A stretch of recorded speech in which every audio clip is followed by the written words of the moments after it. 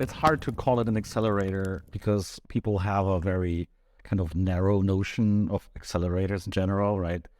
Yeah, people think that Y Combinator is like the mother of all accelerators, and that should always mean that you get % of the equity and you help companies basically bootstrap, whatever, fundraise, whatever, right? That's not what Wombat X is. That's why we sometimes don't really call or like calling it an accelerator program. But what it really is, we like to accelerate the growth of the community and the audience for up and coming Web3 games. So for us with Wombat, if you're not familiar with Wombat, Wombat is a Web3 game distribution platform, as we call it. It also contains a wallet. So a lot of people are using this as a wallet for EOS, Wax, or also on EVMs. We're very strongly gaming focused, so you can basically download and play games and get NFTs. We've minted about 1.5 million NFTs on EOS alone, right? That we've been giving away for people who play games through Wombat and reach certain milestones in those games, right? And we do have both Web 2 and Web 3 games on the platform. The Web 2 games, the traditional games, they're mainly an onboarding funnel for us, right? So this is the way how we basically get millions, literally millions of people from the traditional gaming space into Web 3. So we offer them very familiar games that we haven't made, but that have been made by some of the biggest publishers and game studios in the mobile gaming space or also in desktop.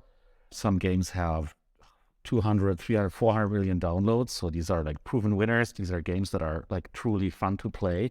We add this layer of NFTs and crypto on top of that, which allows us to get a lot of users, basically a lot of gamers actually started within Web3. And then from there, they have an easier time actually playing all kinds of Web3 games, right? So we have all kinds of major games on the platform. On EOS, unfortunately, we don't have that many games yet. I hope that there's going to be more, of course.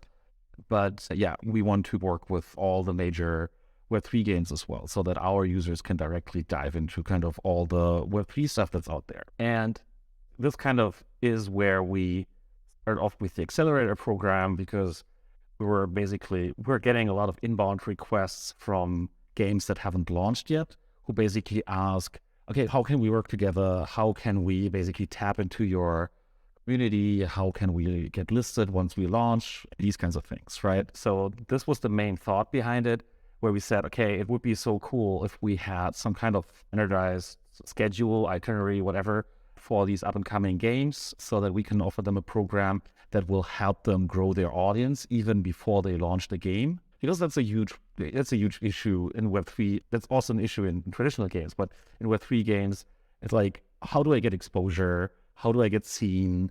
How do I get people into my Discord? How do I sell out my pre-launch NFT drops? How can I book these AMAs or whatever, right? It's like a lot of questions. So we have, our Discord community is about 100,000 people.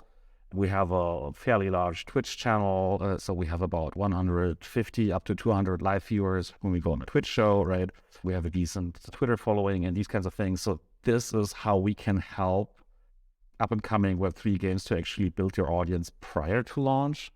And that's what we want to streamline within the Accelerator program. And that's also why we were looking for a ton of partners who could help us either build the economy, build the community for these games, or basically provide other services, so that we don't want to be taking care of all of that stuff, right? We don't view ourselves in the position to help these games with their technical stuff or their fundraising or whatever. But what we can do is help them build an audience. We wanted to sign up partners, and we're still signing up new partners much every week. And Enef is one of them. So thanks for that, Zach and Eve. But we want to have strong partners who will basically provide services and offerings that we cannot or don't want to provide ourselves. And thereby everyone basically wins, right? So it's kind of a win-win-win.